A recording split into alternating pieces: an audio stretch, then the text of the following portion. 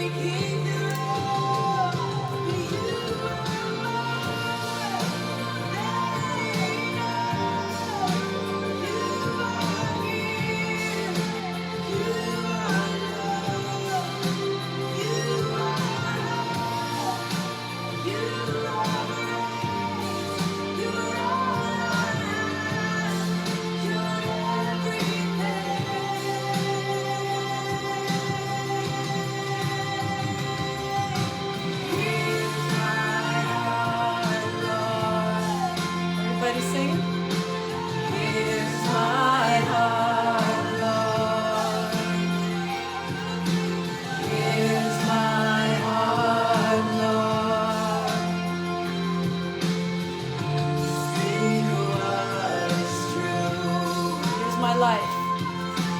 Here's my life, Lord. Here's my life, Lord. Here's my life, Lord. Speak what is true.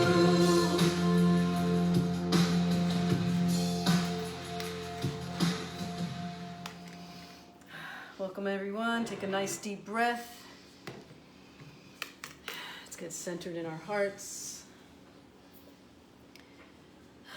Bring our prayers to that place of knowing that we are beloved and those we pray for are beloved. Those we love, those we don't love. Those who make our life easier, those who make our life difficult. We extend our love to all of them. We give thanks for this opportunity to be an instrument of peace, of light, of kindness, of compassion. We ask to be used as servants of God's grace, as stewards of God's goodness.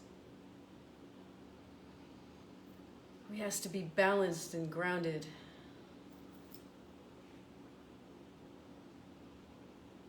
this evening, every day, every step we take. For the opportunity to remember who we are and to remember who we look at when we look at each other, that we are seeing the beloved, that we are seeing the face of God. We give thanks for that memory, that knowing. It gives us direction and how to proceed with hearts full of love. Nice deep breath into our hearts, feeling our heartbeats, extending our heartbeats out to one another. One global heartbeat beating together in love, in unity.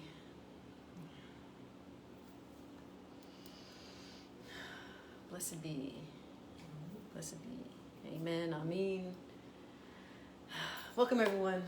Happy Thursday. Happy, holy, sacred gathering Thursday. It's good to have you all here. It's good to be with everyone. I want to remind you before we get started that next week we meet on Wednesday, not on Thursday. Wednesday, the 23rd is the next time we'll meet, because Thursday's Christmas Eve, so we're going to meet the night before. But I will sort of obsessively remind you between now and then, so that we can all be together on Wednesday. I wanted to say something. Those of you who were with me last week know that I had been injured, and I was having some trouble navigating my physical self. And there were my spiritual family here who were present with me, and those of you there, who spent the whole week checking on me and making sure that I was keeping my feet up and icing and receiving prayers and being open and willing to receive any assistance that was being offered. And during the week, I came across this quote. I have to admit, I have to confess, I'm 15 years late to the addiction of Criminal Minds. So I started watching Criminal Minds during my convalescence. And they do all these really great quotes at some point in the show, usually at the end. The Mandy Patinkin character, who's Gideon, and his last name is Gideon, and he has these really profound quotes. And so even though the show is about this behavioral analysis unit, which I think is fascinating, like they look into human behavior and why do people do what they do, and they profile them so they can figure out what type of person committed the crime, which I'm like, why did I wait 15 years to watch the show? Because I find it really fascinating. But they're not just like left-brain scientists. They're also sort of mystical. Like the one guy tries to get into the mindset and the life of the person so he can sort of recreate within himself what might have occurred. And they have this profound wisdom at the end of the show, you know, and they share it. So one of the quotes said this, and it reminded me of all the people who were taking care of me this week.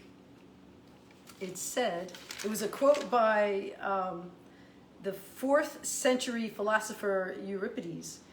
It said, when a good man is hurt, all who would be called good will suffer with him. And I hope I'm a good person, and I know that I certainly do know that the people that I call good did come forth in great empathy and concern and care for me. So thank you to all of you who were my healers. You can't see my whiteboard, but I have a board there with all their names on it, thanking everyone and thanking all of you for your prayers and your concern. I am healing. I'll be jumping fences again soon, although I was warned not to. But I feel like I'm almost back to my true self, in my physical self. I hope to be my true self in my emotional and spiritual self too, and we're going to talk about that next. Tonight is the last night of Hanukkah, but before we get to that, I want to talk to you about the season of light. Hanukkah starts the season of light, and there's so many things that move us into. We have Diwali, we have Kwanzaa, we have Christmas. I mean, there's so many things that occur, and actually Diwali passed before Hanukkah. Yeah. So you're right, Diwali would be more of the kicking off of the season of light. There's so much that's going on, and before we meet again, we have winter solstice, which is Monday coming, December 21st. And there's been a lot of talk about this particular winter solstice, which is the last winter solstice of the first this first decade, right? So, and 2020 has been so bizarre that this is supposed to be like a healing time. And so something unusual is occurring, which is that Saturn and Jupiter, thank you, are aligning in a way that they haven't done like in 600 years. And it will appear as though there is a true North Star in the sky. The North Star of legend. And so hopefully everyone will go out Monday and look at the sky.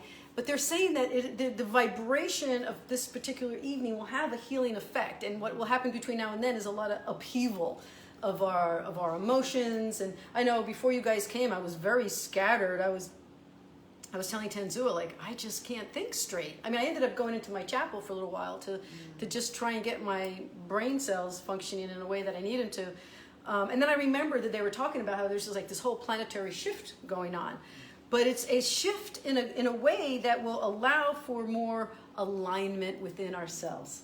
And so that's a wonderful perspective to have, to think that there's a higher level vibration that's going to help heal the earth, heal our own cellular bodies, right? Because we're part of this larger cellular body that's of multi-dimensions, right? The earth, the sky, the ocean, and we're all a part of that. And we're all a part of being light bearers, right? Trying to change the ways that did not suit us or suit people in our lives because we weren't being our best self. And we've spent 2020, hopefully in our spiritual incubation, really looking at those things and being our own inner archaeologists to figure out how we can do better and be better.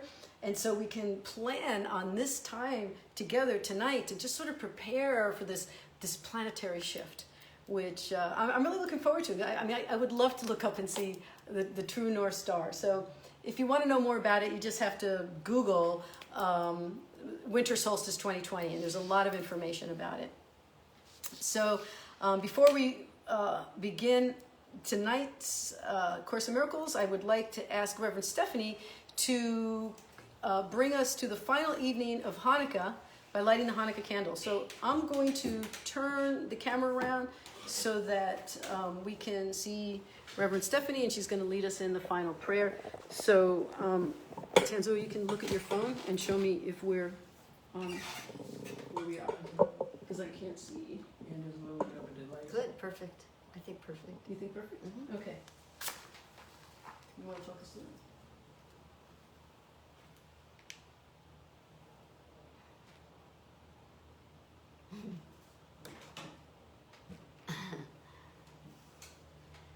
Baruch atah Adonai Eloheinu melech haolam asher kiddushanu b'mitzvotav v'tzivonu lahadlik ner shel Hanukkah.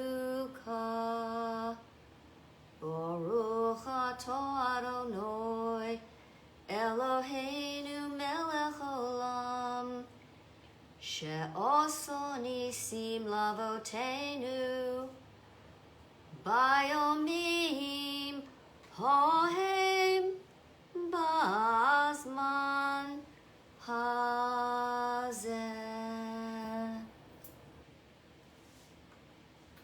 Thank you. It was an honor.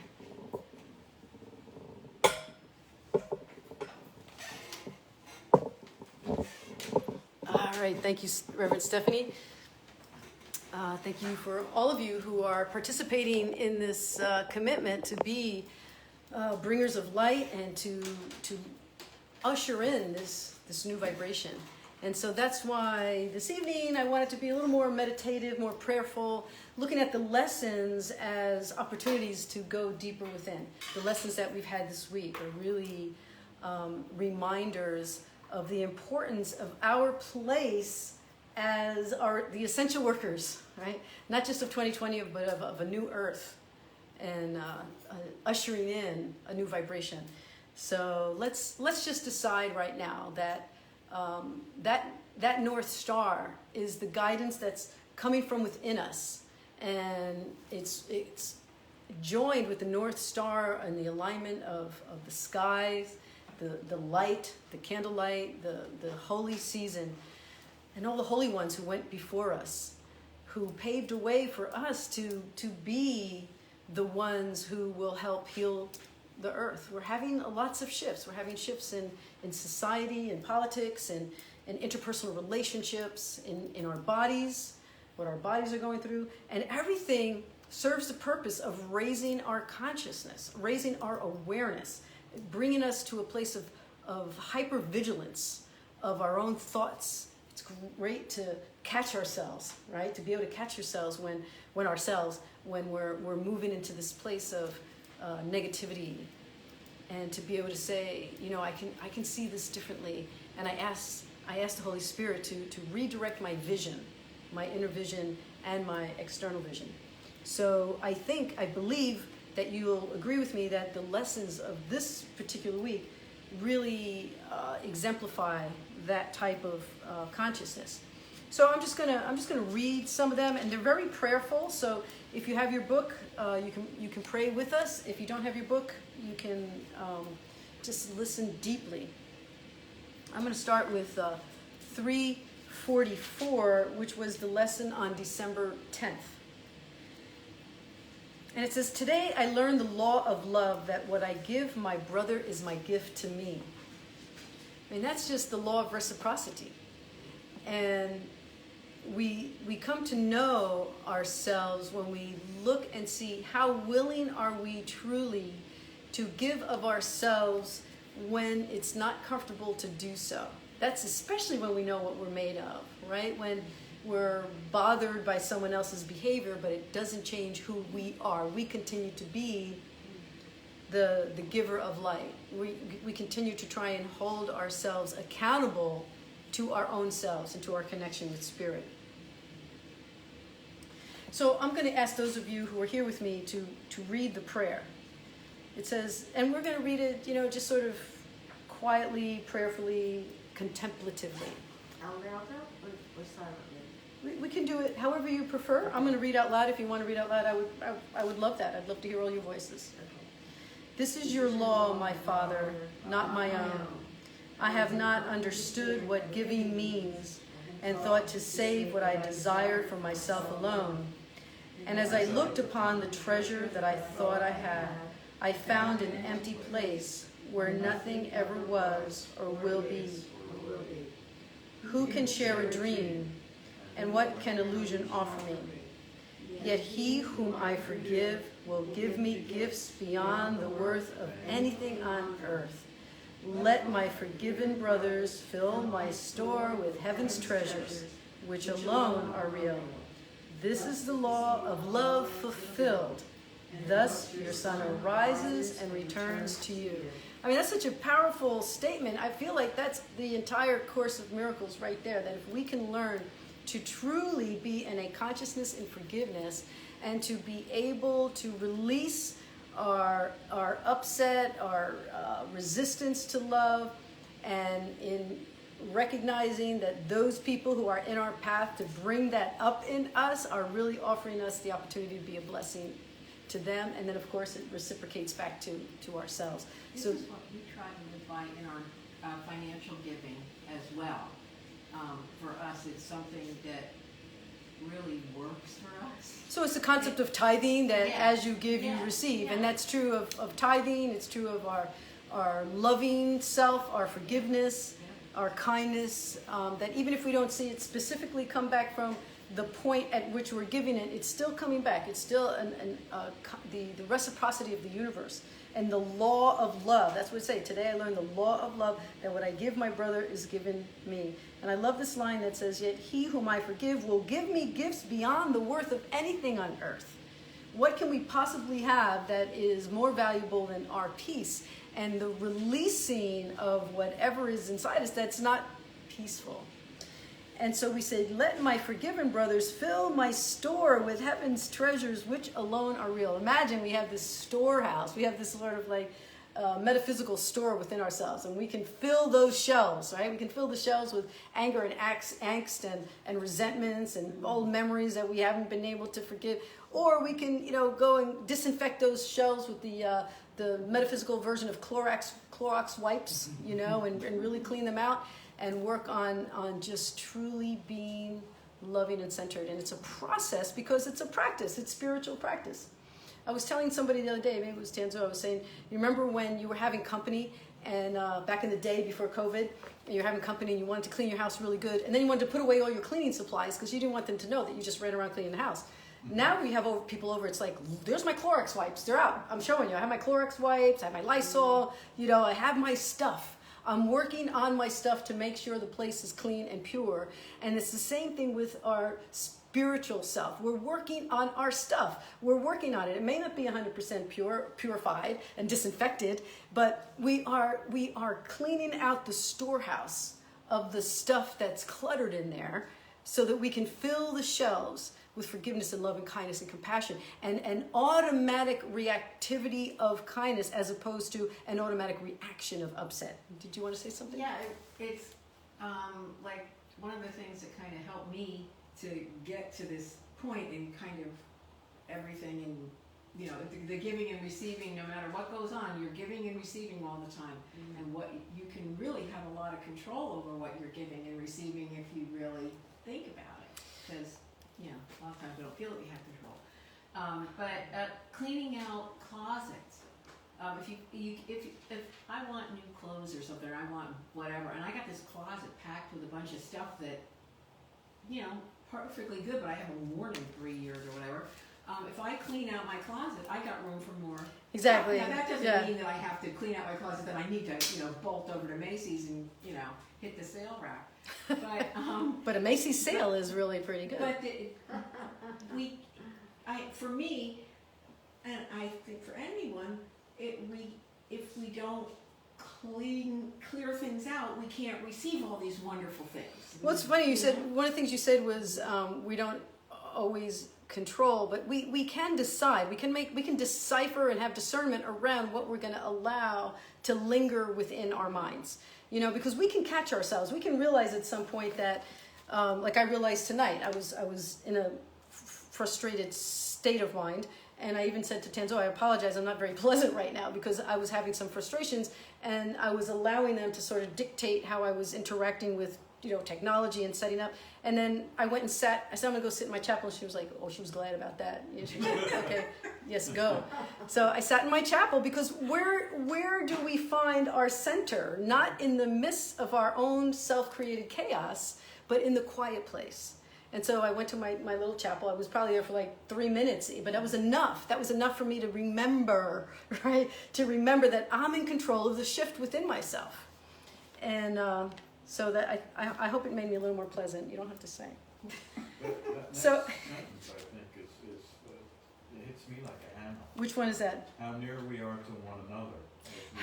Yes. How near we are to one another as we go to God. How near is He to us? How close the ending of the dream of sin and the redemption of the Son of God. And remember, when the Course talks about sin, it's not the typical bad boy, bad girl, concept of sin that we grew up with. And it's also not the missing of the mark that we've heard from more New Thought. It's more of a sin in A Course in Miracles concept is a mistake in need of correction. Simple. It's a mistake in need of correction. So you've made a mistake, you can correct it. And so that brings us nearer to one another, and it brings us nearer to Source. How near are we to one another as we go to God? And we've talked about this, about how we don't go alone. As solitary, even if you were a solitary practitioner of your spiritual practices, we don't go to heaven alone. Because as solitary as you may be, you're still going to interact with the world. And anyone you interact with is your opportunity to bring this consciousness of my brother, my sister, my companion on the path. I don't think it's by any mistake that we cross paths with anyone. They're all opportunities for us to be loving and kind. So 345 was December 11th. It says, I offer only miracles today, for I would have them returned to me. So there's an extension of that concept of what I give is returned to me. So if I'm giving forgiveness and love, forgiveness is love is returned to me. So let's take it up a notch and offer miracles. Let's offer miracles. The offering of a miracle is the offering of a new way of seeing each other, of looking at each other with eyes of loving compassion and kindness. So I'm going to skip the prayer on this one and just go to the final sentence. It says, peace to all seeking hearts. The light has come to offer miracles to bless a tired world. It will find rest today, for we will offer what we have received. And I just think it's so timely because this has been sort of a fatiguing time of life for the world. So one way of putting it. Yeah, that's one way of putting it.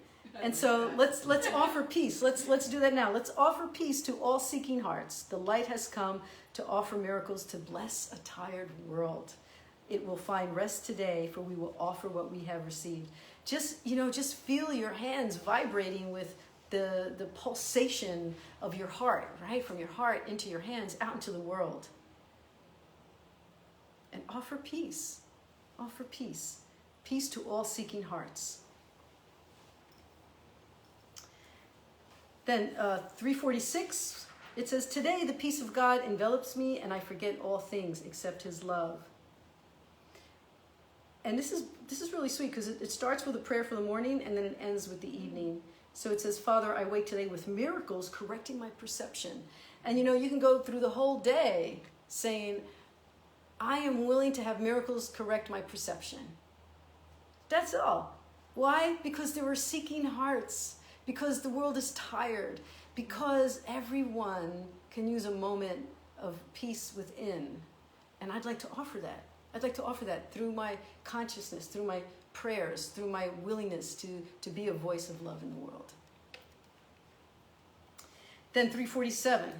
Interesting that it throws anger in here now because it's recognizing that the only reason we don't forgive or hold resentments is because there must be something in us that is angry.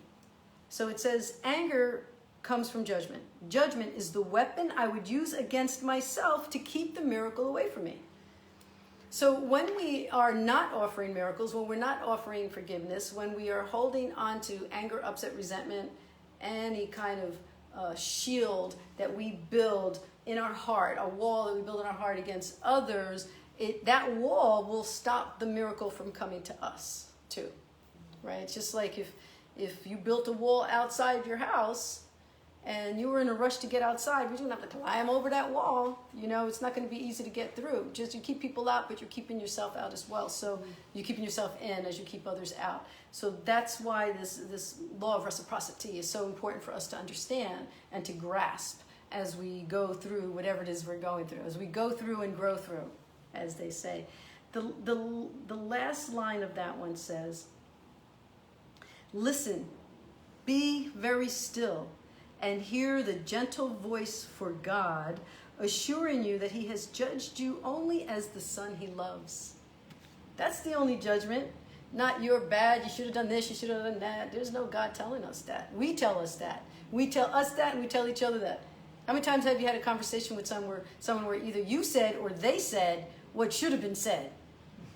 right? Well, you should have said it this way. If I would, or they tell you should have said this. And you're thinking, well, if I take it to God, it says the voice for God. And I think that's interesting. The voice for God is the Holy Spirit. It's really the higher consciousness within ourselves. It's the voice within ourselves that reminds us that there is another way of seeing things. There's another way of speaking.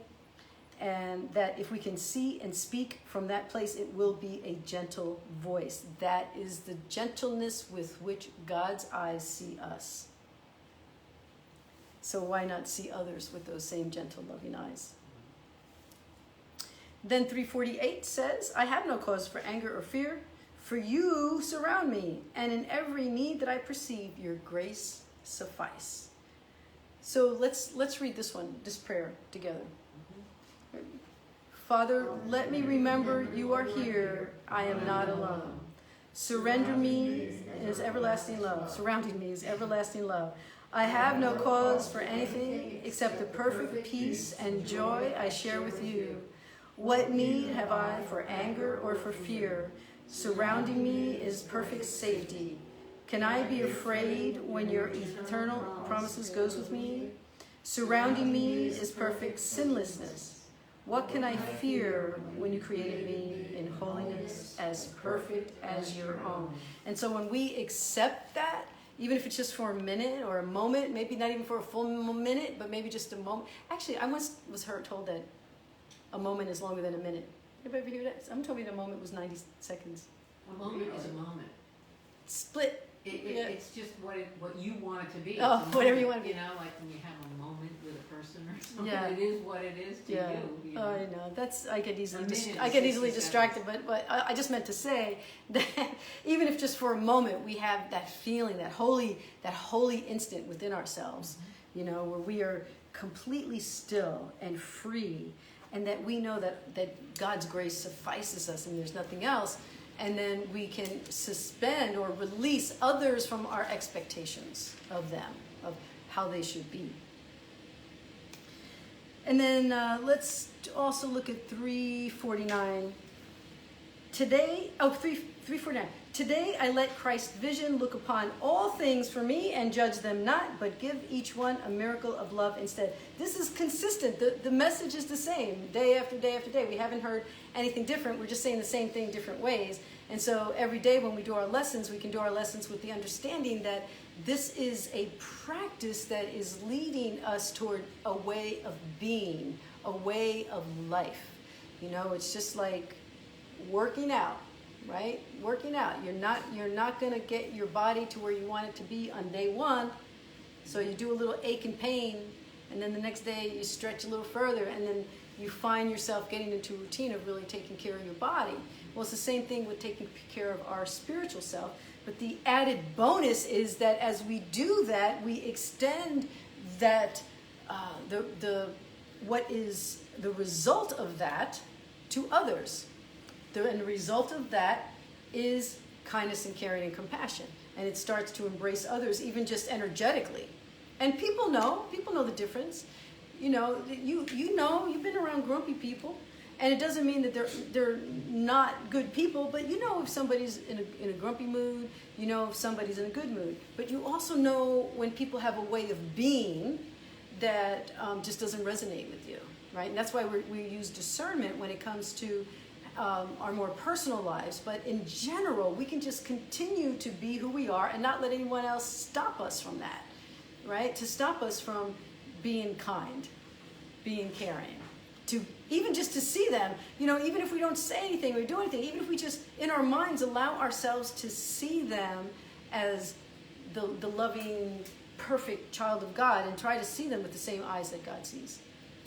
We talked about this some time ago about how we release our eyes to God's vision, to let ourselves be used so that our eyes now become the vehicle through which we see the vision of love, the Christ vision.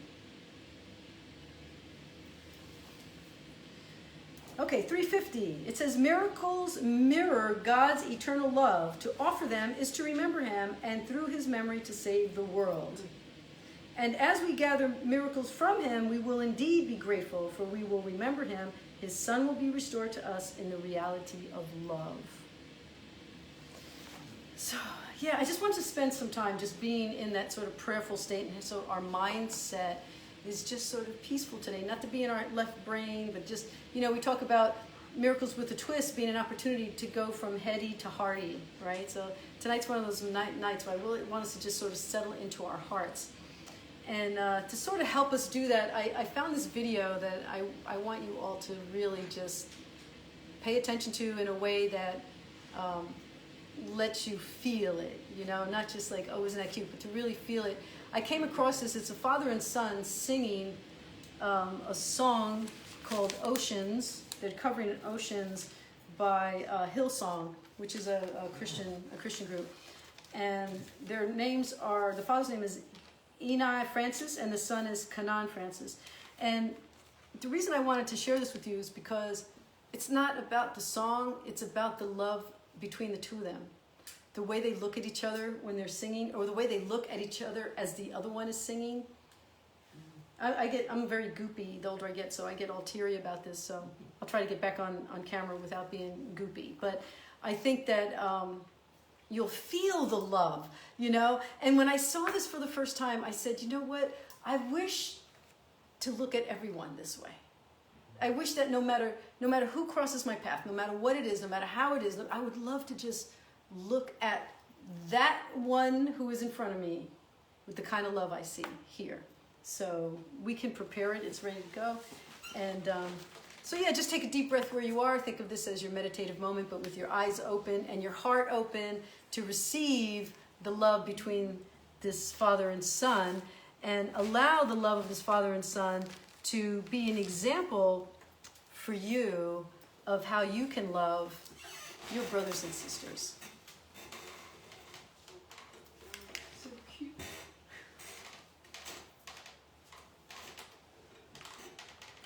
Spirit, lead me where my trust is without borders. Let me work upon the waters wherever you would call me.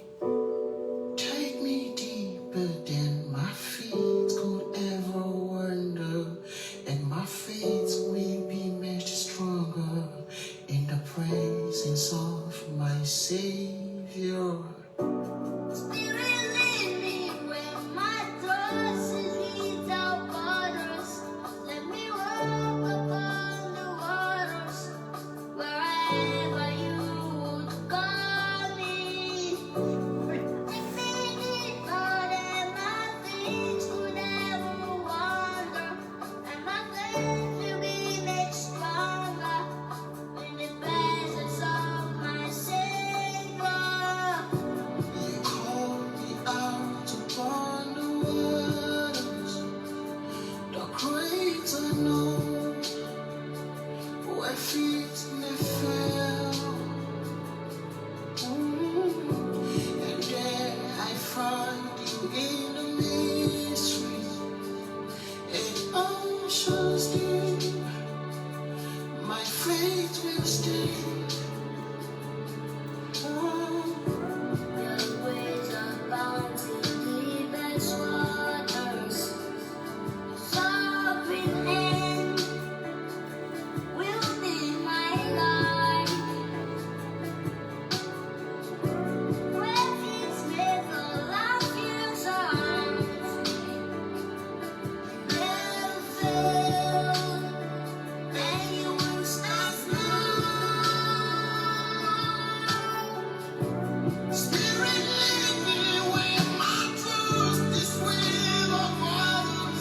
Let me walk upon the waters wherever you would call me. Take me deeper than my feet could ever wander, and my faith will be made stronger in the presence of my Savior. Spirit, lead me. Spirit, lead me. Spirit, lead me. Take me deeper. Take me deeper. Take me deeper.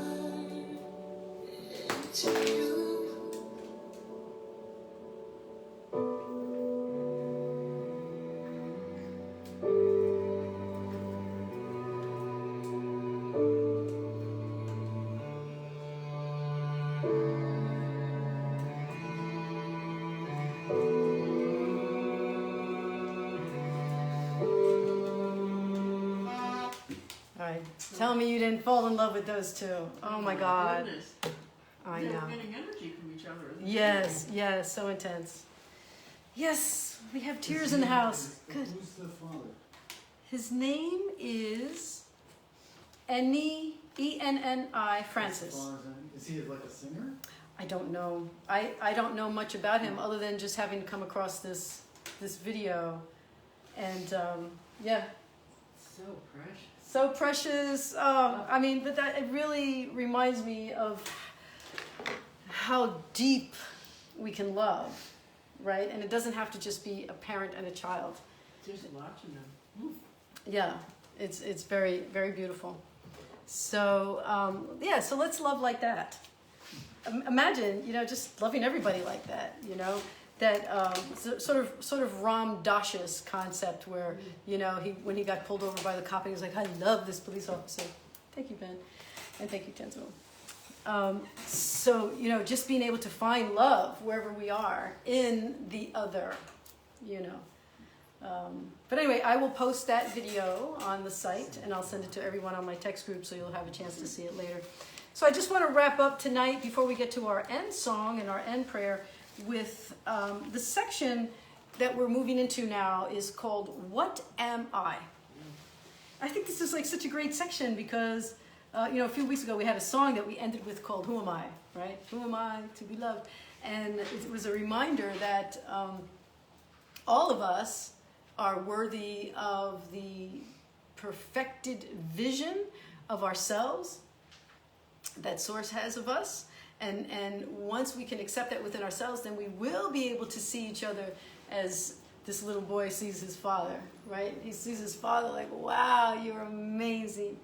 And to be able to see each other that way, even if you rub me the wrong way, something in me just knows that you are so amazing. You're just so full of God's love and light, and you are deserving of my vision to be corrected, because why should I see you differently than the way God sees you?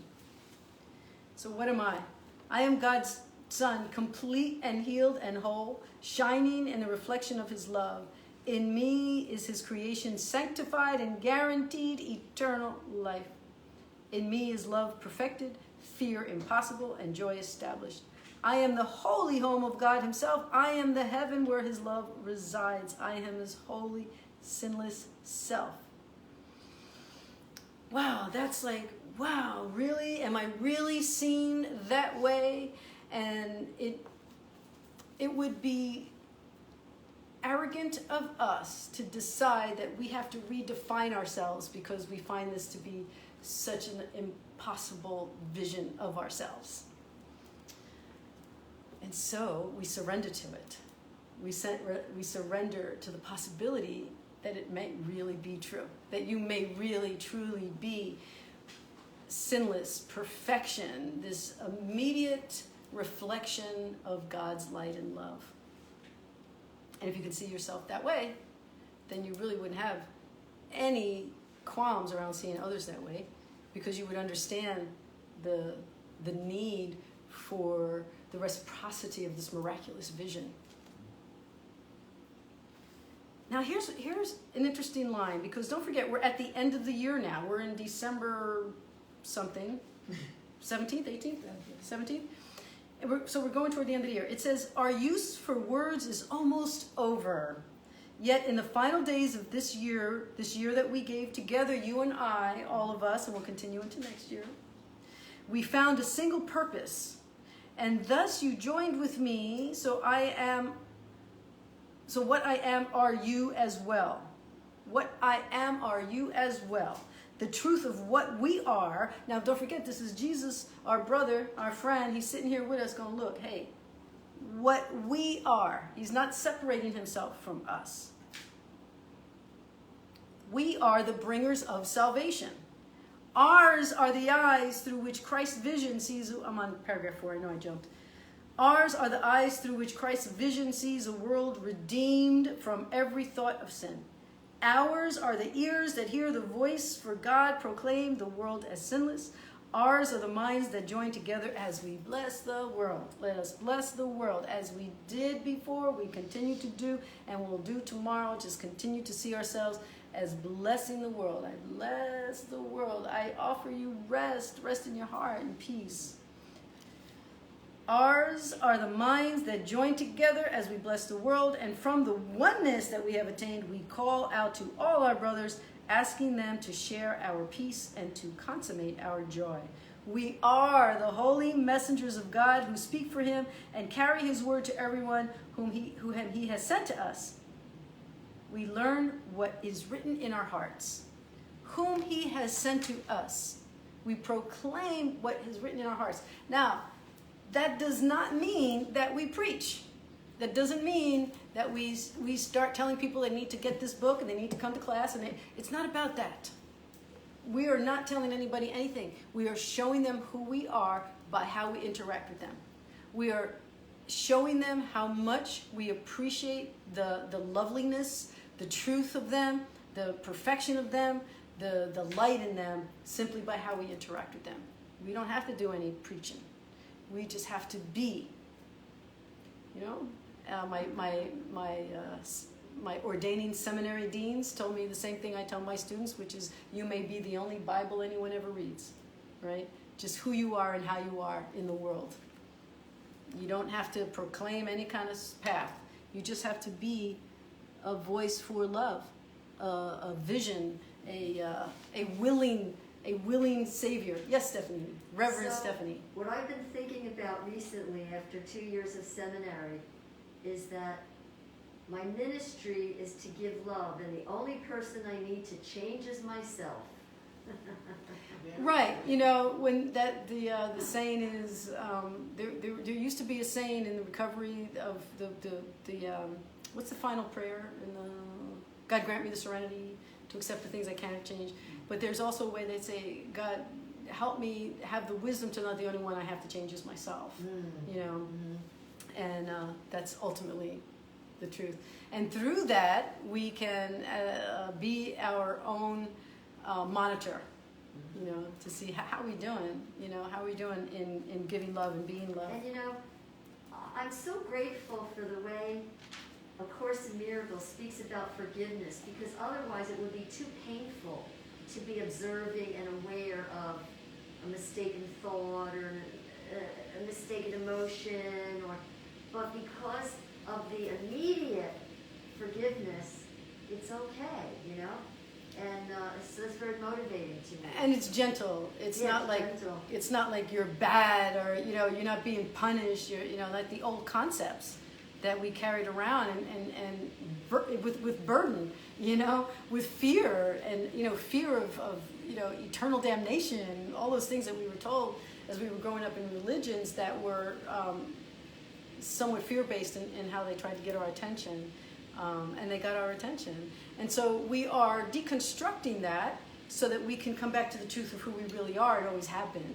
And that's the ultimate truth of the mystic's path, is not learning but remembering who you really are. And so who you really are can allow the thought that needs to be forgiven or corrected to pass through without beating yourself up, and say, okay, I'm having this thought, I'm having a hard time with this thought or with this person or this situation, and now I'm going to correct my mind. I can't necessarily change what's happening out there, but I can change what's happening in here. I can change my heart. It can also be, I mean, for me, what really works is looking at why I have that thought. That I have to do that now, because I need to know why. I need to know why I'm disturbed. I need to know what is giving me, you know, that disconcerting feeling. Forgiving myself is hard, because I understand that I'm a human being and it's just a given, it's an ebb and flow. But it really, like, I need to know, like, I'm like, wow, like, why do I get so upset over this particular thing? What is it about that particular thing? It's not judging myself for it, but it's really trying to analytically look at it. And I think that's important, because once you understand it, then you can say, oh, okay, that makes me Right. more aware so I don't continue the behaviors. But that's what I was saying earlier about being your own archaeologist. I mean, that's what we're doing. We're doing these archaeological deep digs into ourselves. You know, it's sort of like anything that technology has been really hard for me to understand for a while. And once I understand something, it's like, oh, okay, now I get it. And I also know why I didn't know the questions to even ask, because there were all these gaps, you know. And it's the same thing with understanding why we are who we are. Because there's also this emotional body in need of healing. It's not just our physical bodies when we fall, but we have these emotional bodies. And once we understand our emotional bodies, we understand our trauma bonds, our wounds, our childhood issues, and you know, we start working on healing those things. We bring them to the light. We bring them to this willingness to say, okay, I'm willing to look at this. Let's shine a loving light on it and understand it so that it can then be healed. Right, and then it makes it, I believe very strongly that what I put out, I'm putting out into me. You know, I heard this, or I'm giving to myself, and that's why I'm putting it out. And I heard somebody say, I don't know where I read this, but you know, there's that saying, the golden rule is do unto others as you would have them do unto you. But there's another golden rule, which is do unto yourself as you would have others do unto you. Because that's the reciprocity. That's what this whole week has all been all about. The understanding that what I give my brothers is given to me.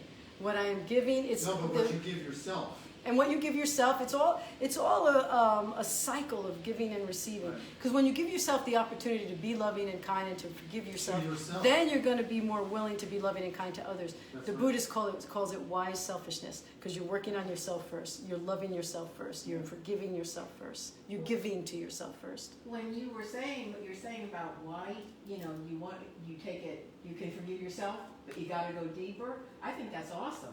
Because to me, that makes the forgiveness even more powerful. It's just because it's something that's going deeper into your cells and your soul and all that kind of stuff. When you think about, all right, where did this come from? Mm-hmm. And you know, and actually work through it. The forgiveness is like, you know, and it's wild. Yes. I want to piggyback also on what Ben said, because I think that previous to studying A Course in Miracles, when I made a mistake that I felt bad about, my inclination was to justify. So I was analyzing to justify. And now, and I do what you said. I do want to understand. And then when I understand, it's like easier to let it go. We start softening ourselves to ourselves.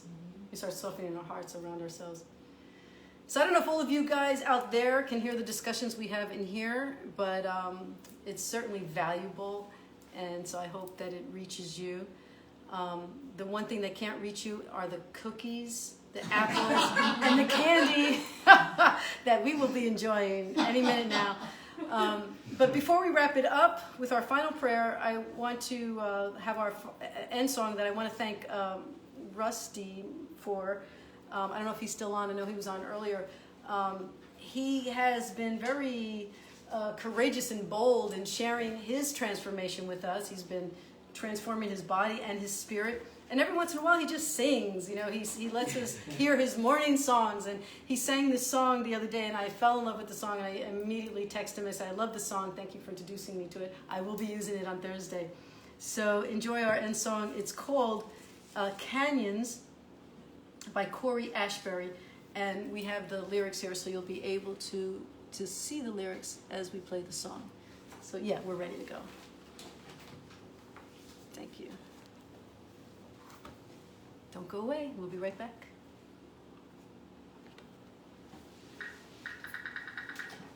And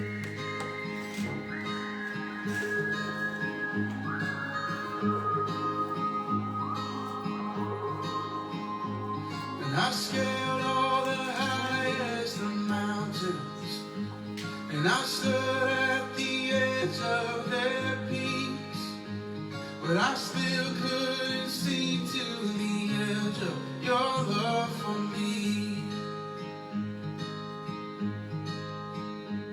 And I walked on the wildest of waters, and I sunk to the depths of the sea, but I still couldn't fathom the depths of your love for me.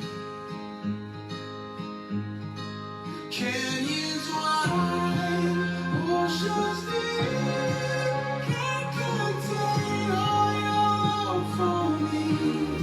No matter how high or far I reach, there's no end to your love for me. And I wrestle belief in the valley, and I buried hung on through the night.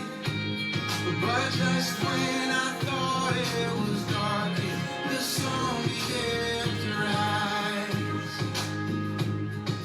Canyons wide, oceans deep, can't contain all your love for me.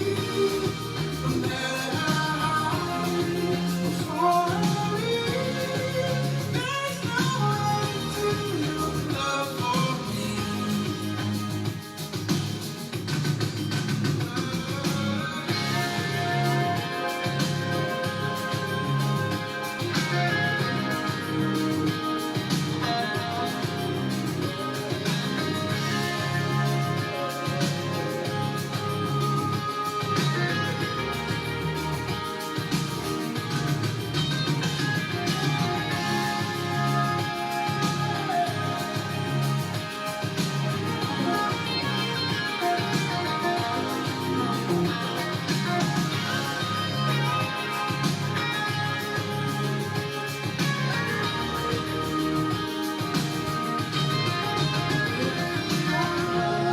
That you went on after me.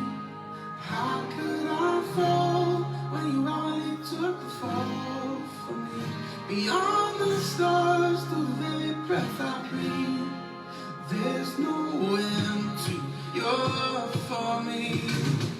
Where could I run that you wouldn't run after me? How could I fall when you already took the fall for me? Beyond the stars, through the very breath I breathe, there's no end to your love for me. Canyons wide, oceans deep, can't contain your love for me. No matter how high or far I reach, there's no end to your love for me. Your love for me. There's nothing like your love.